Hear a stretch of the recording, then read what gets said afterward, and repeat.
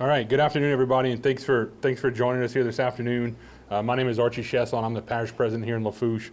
I'm proud to have with me Sheriff Craig Webre, Chet Chason, the executive director of the Greater Lafourche Port Commission and Port Fourchon, District Attorney Christine Russell, Clerk of Court Annette Fontana. I do not believe Deanna with Energy made it with us today.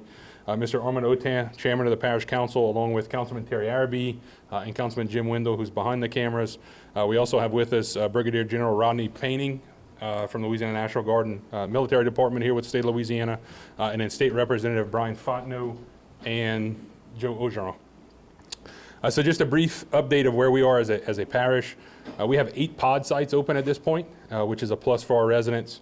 Thibodeau Family Church on North Canal Boulevard in Thibodeau, the Race and Ag Center on Texas Street, the Lockport Central Fire Station at Crescent Avenue in Lockport, Our Lady of Prompt Succor at North Bayou Drive in Golden Meadow, the Choctaw Fairgrounds to serve that 6th Ward community, as well as one in the Grand Bois community, which is kind of northeast of La Rose, or northwest of La Rose, excuse me. And where's the other one, Mitch? Bayou Blue at the Rec Center. I knew I was going to forget one. Our debris contractors have mobilized in. We have about 15 trucks right now running routes as we set up our DMS and our unloading sites. DRC is our debris contractor and hopes to have 40 trucks on the ground by Saturday. In a 2-week span, we hope to ramp that up to 80 trucks to fulfill that particular contract. Every day we get updates from our water system, which is much improved. I think from the last time that we did this, about a week ago, we have water to the entirety of Lafourche Parish. Our North Water Plant, along with the City of Thibodeau, are both on permanent power. Our South Water Plant, just south of us here in Lockport, will hopefully have permanent water or permanent power by the end of the weekend, which will allow them to hopefully start running their bacteria samples and take us off of a boil water advisory in the coming weeks. I know the sheriff's behind me and so is the DA, and I will let them go into more detail about this, but we are pleased to announce that we have formed a contractor fraud unit. So as residents are working to have their roofs tarped, their roofs redone, or any work around their house, we're cautioning you to be careful and check the credentials of those people, and we will work actively to help stave that off where our residents are not defrauded by fly-by-night contractors. We're diligently working on sheltering for our residents. We know that long-term sheltering is going to be an issue not only for the residents who lost their homes due to Hurricane Ida, but also those who are living in apartment complexes or other mass living facilities that sustained damage due to the storm. We have a call at 8:30 tomorrow morning with Governor Edwards and representatives from FEMA, so we can work at what that lodging is going to look like, whether it's going to be direct housing, FEMA trailers, or some type of floating living quarters. We're going to get creative and come up with whatever we can handle to help our residents. We're also working with FEMA on the disaster recovery centers and getting those set up. We have teams that are starting to mobilize in, and we have teams in Thibodeau today working with some apartment complex residents who are being asked to vacate that premises, as well as we'll have a team set up down the bayou with our district attorney, and something she will speak about in a moment, from 1 to 5 p.m. at an event that they're working on as well. And then we have made 7 sites available to FEMA to open up their self-contained DRC sites so we can start to register our residents for assistance. We already have 22,800 residents who have registered with FEMA, and about $11.1 million that's already been approved for direct payouts to help them. One thing I do want to note, and we do not have any representatives from our levee districts here from North and South Lafourche, but I want to make a note that our levee's held, which is a blessing for us. We have worked very hard in taxing our own selves for levee protection for a number of years, especially in South Lafourche. As Wendell Curall noted to me this morning, we took a Cat 5 on the chin and didn't have a levee break.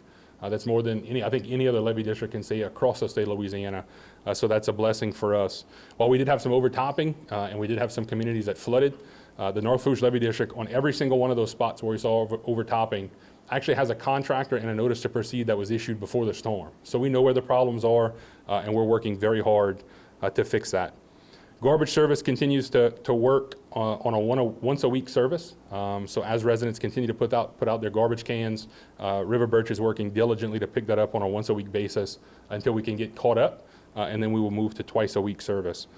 I also want to end this by, or conclude my portion of this by thanking every person who has been with us since the beginning of this storm. You know, as I alluded in the press conference last week, this was not a New Orleans event.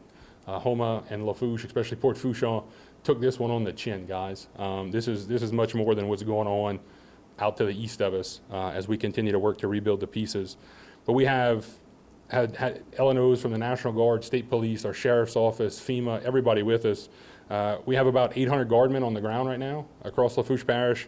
from 6 states, from different Guard units, plus Louisiana Guard and Louisiana Active Duty from Fort Polk, doing pods, military policing, not only with our sheriff's office, but working with energy, as well as engineering battalions who are working to help us clear outfall ditches in public residential streets. Energy has about 1,000 linemen on the ground right now. About 50% of Thibodaux has power in some of the 6th Ward area, and we hope that where we are, this stretch of central Lafourche, will get power hopefully by the time this press conference is over. So if the lights blip, that means we have power and our generator kicked off. So just watch out for that. Please remember generator safety. As people continue to deal with no power, please remember that generator safety. Put it in a well-ventilated area. We don't want to see any carbon monoxide deaths like we've seen in other parts of Louisiana post-storm. With that, Sheriff Craig Weber. Thank you, Parish President Chason. My name is Craig Weber. I'm the Sheriff of Lafourche Parish. I know we have a lot of people that are going to speak, so I'll try to keep my comments as brief as possible and focus on the safety and security aspects of what we're doing. I first want to give a great shout out to all of the first responders, in particular law enforcement officers. Probably not since the 1988 attempted assassination of my predecessor, Sheriff Duffy Bro, have there been more police officers on the ground in Lafourche Parish at any one time. Our regular workforce, which is doubled right now and continues to be doubled, is supplemented by over 150 police officers throughout Louisiana and throughout the country. And I want to specifically recognize the Guard support as well. They have been helping us with their MPs.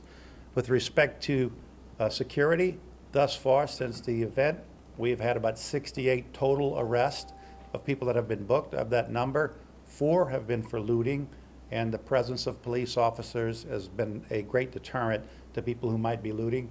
We've had 3 people arrested, released, rearrested. We've had some domestic violence calls. We've had curfew arrests. But curfew arrests are generally connected to other crimes or a curfew stop that results in an arrest from a different crime as well. So we're out there. We have a police officer on every corner, and we're going to continue to be vigilant. We're also supported by the Guard and outside law enforcement with maritime security. We have a lot of waterways in Lafourche Parish that are vulnerable. There are assets to be protected. They also represent points of ingress and egress for people who might come in and try to take people's property, and those are very aggressively being patrolled as well. We recognize that many homes are not habitable, and even if they are habitable, the people may not want to suffer the intense heat and the loss of services that they're experiencing, so they've gone home, tried to secure it, and they've left. So we have a critical mission in making sure that we can protect lives and property of the people that we serve. As the parish president mentioned just a minute ago, we have a contractor fraud unit set up in cooperation with his office and our district attorney's office. Those 2 investigators are aggressively and proactively pursuing any claims of fraud. And while it's geared towards contractors, there may be other fraud outside of the contracting realm that we are encouraging people to report. I'm going to give the number because it's one specific number that goes directly to these officers so they can respond immediately. That number is 985-413-4498. We have warrants for one contractor, actually warrants that existed before this event. We know from internet activity and social media that this particular individual is back to his old tricks, and we have a team trying to apprehend him. He'll be our first contractor fraud arrest. We're doing, of course, security, but we're also doing compassionate relief. We're elbow to elbow with many of the NGOs, the nonprofits, the National Guard, the pods, and the faith-based community in what we call Operation Milkman. Some people can't make it to a pod. It's either inconvenient, they don't have transportation, or they're focused on their recovery efforts. We're taking assets that are surplus assets that are being donated from every sector of the community, and we're actually putting them on trucks and trailers going into affected neighborhoods, primarily low-income neighborhoods and places where elderly are, and we're providing those things on a delivery basis. I would like to encourage you to stay informed by going to our app. The LPSO app is easily downloadable, and we are updating it on a regular basis. That concludes my remarks.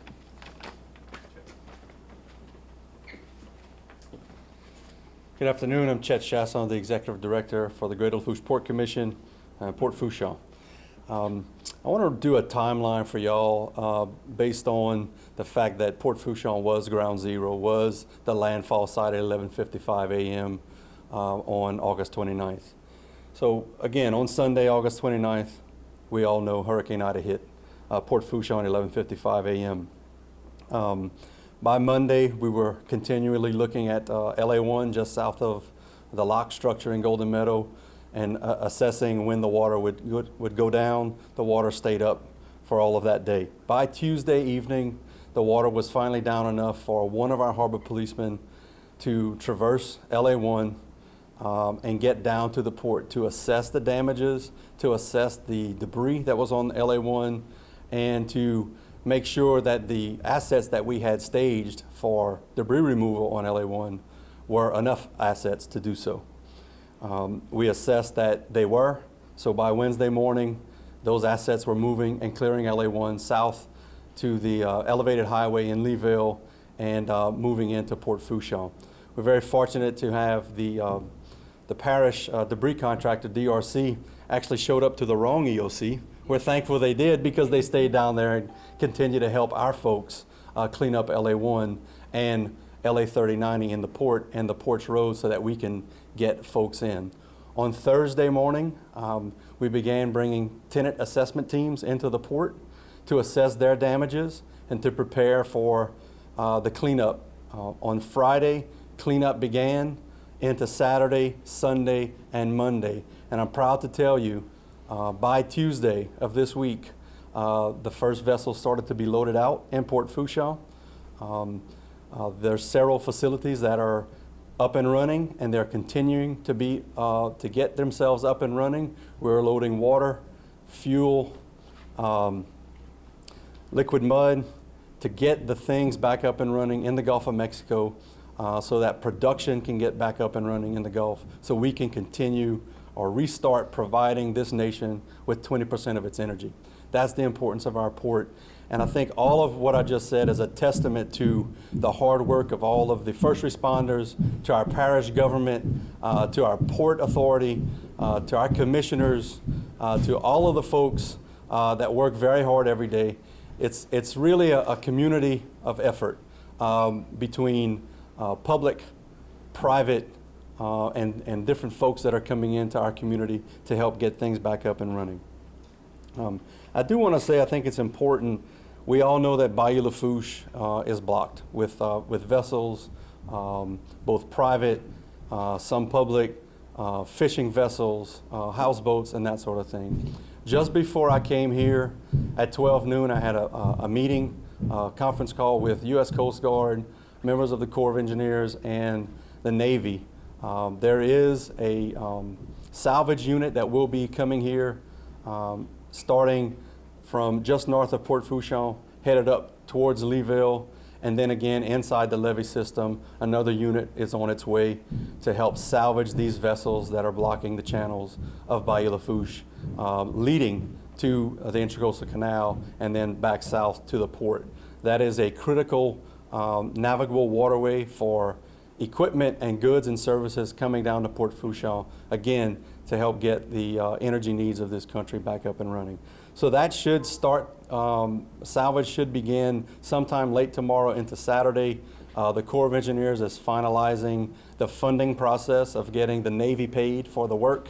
There are some private salvage companies that have been contracted by the Navy to do some work as well. They'll be starting that, like I said, either late tomorrow or Saturday. So we want to thank everyone that's been calling, sending emails, sending goods, water, and the different things like that. I can tell you the airport, in the South Lafourche Airport that we manage as well at the Port Commission has been very busy. There's over 90 aircraft flights into the airport carrying about 90,000 pounds of products to help our community. That's a group called Aero Bridge, and they've been working closely with a local nonprofit called Bless Your Heart to get products and things out to our community that's desperately needed for all of those folks that have lost, some of them lost everything that they own.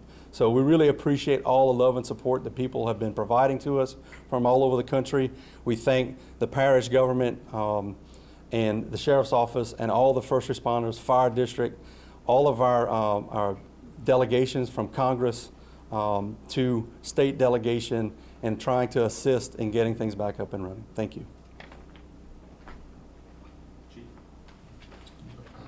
Thank you, Archie. Fire Chief Orman Otan, also Chairman of the Lafourche Parish Council. I want to first start off once again by thanking Parish President Archie for being such a strong leader in this extremely difficult times. Also want to recognize and thank our Department of Public Works Director Dylan Baroni and his staff. They're trying to make miracles happen. Our citizens need to realize times are very difficult. We were hammered. Lafourche Parish was hammered by this very long, slow-moving hurricane. They are aware of the problems. They're feverishly working to make these miracles happen. Be patient, our citizens, be patient. I also want to reiterate what the sheriff said about safety. So we have had generator fires exacerbated by the fact that gasoline cans are placed next to these generators. And we want to remind our citizens, generators should be 20 feet or more away from your house. The exhaust must be directed away from your house. If your house is torqued, you have eliminated the normal ventilation of your house. Carbon monoxide will start in the attic and it will come back down. If you do not have a carbon monoxide detector, you should not be staying in your house with a generator. It is that critical. We are being overwhelmed with alarm calls for carbon monoxide. Louisiana State Fire Marshal's Office is feverishly working to get us more detectors. Every single fire department in this parish has requested 100, 150 detectors. They're coming in slow. We've gotten lots of supplies. Carbon monoxide detectors was one of those ones that we really didn't consider, put much thought into initially, and has become we've become well aware of the need for them. So please keep your generators away from your houses. Please pay attention where you stage your gas. And please, please, if you don't have a carbon monoxide detector and you're running a generator and you have a tarp, consider not staying in that house while that generator is running, because you're putting your life at safety. We're responding to far too many calls. I also want to thank the Louisiana State Fire Marshal's Office. They have provided backfill for our fire departments who are exhausted, trying to take care of their own families, their own houses. For me personally, I have a department out of Williston, North Dakota. And these guys and gals are responding to these structure fires in our sweltering heat, high humidity, and we're working as one team. So I'm thankful. I'm thankful for all the federal, state, local agencies, and in addition to all of the nonprofits that are flooding our community, flooding Lafourche Parish, and trying to help us out. So with that said, just please be safe, and citizens, we're working. We know what the problems are, and we're going to get to you. We're getting there.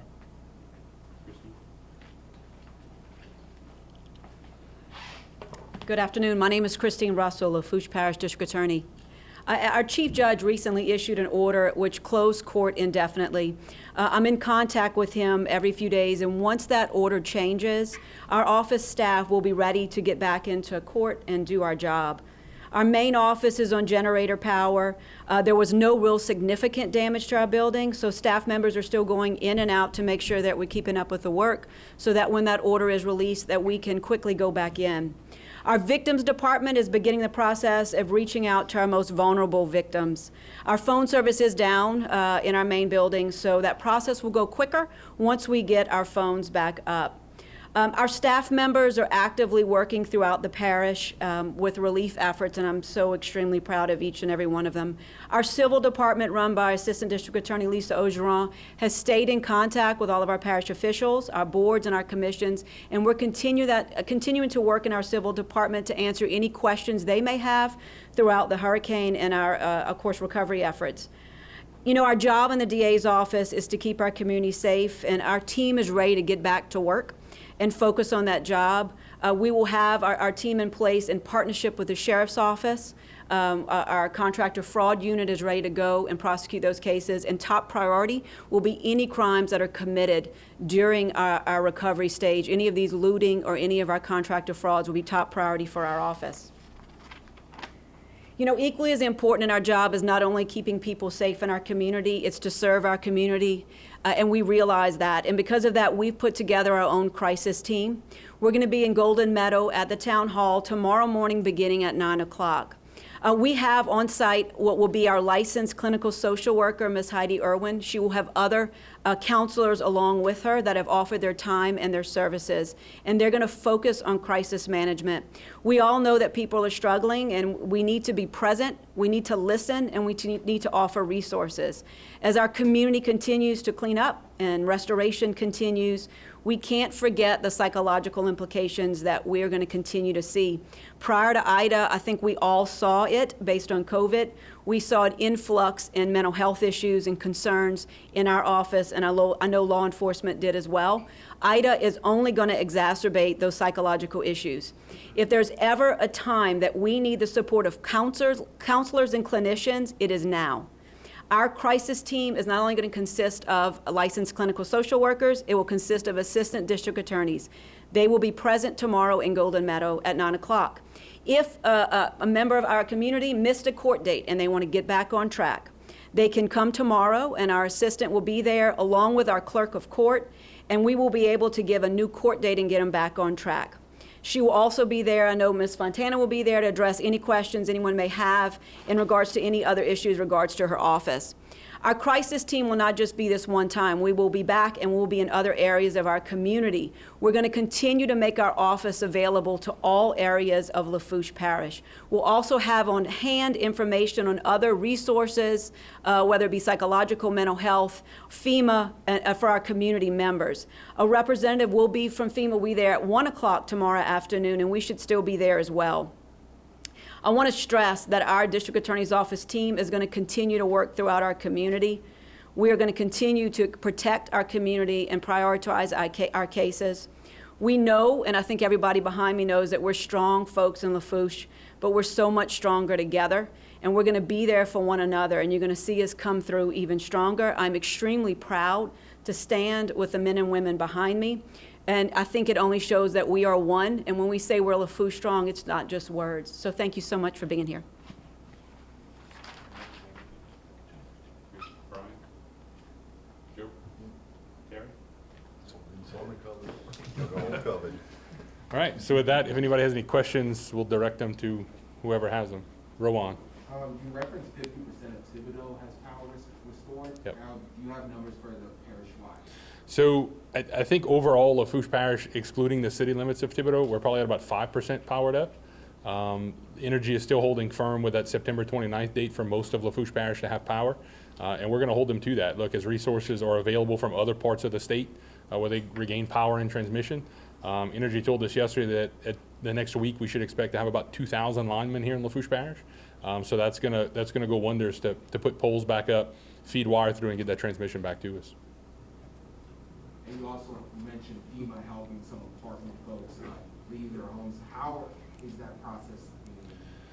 So we're in the early stages of that, and I want to thank General Painting. I know he's standing behind me. He was with in Calcasieu Parish for Laura, and I started to pick his brain yesterday about how that worked and how that timeline framed up and what we could use and what the options were. So we shot some options to GOSEP yesterday of what was in our head, working with Chris Gilbo and Casey Tingle, who's their assistant GOSEP director.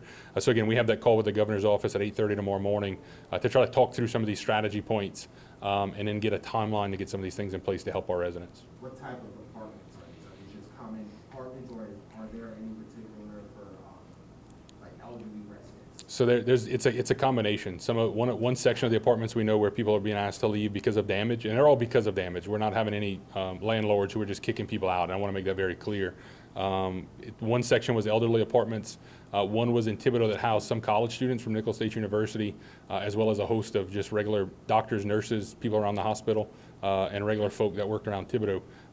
So it's a combination of people who have lost their houses, at 25% that we think are completely demolished across Lafourche Parish, as well as everybody who took some severe damage where their house just may not be livable at this point. Also want to acknowledge, I know he just walked in, Dr. John King, our coroner, is here with us too. So. And guys, well, before we wrap up, if nobody else got any questions, we touched on this last week during the press conference, and the one thing I want our residents to know is the message of hope. As our DA just alluded to, we are one team, and I think this is something that our parish has never witnessed before, where this many elected officials stood up together and had one goal in mind, and that was rebuilding our community. And as hard hit as we were from Golden Meadow to the houses that flooded in La Rose and to Zalman's and Kramer, you have a commitment from everybody standing up here that we're going to put the pieces back together, and we're going to take care of our community. And we're going to do that as fast and hard as we can. So again, we thank you for being here today, and we'll do another one of these, I'm sure, in about another couple of 5 days. So thank you.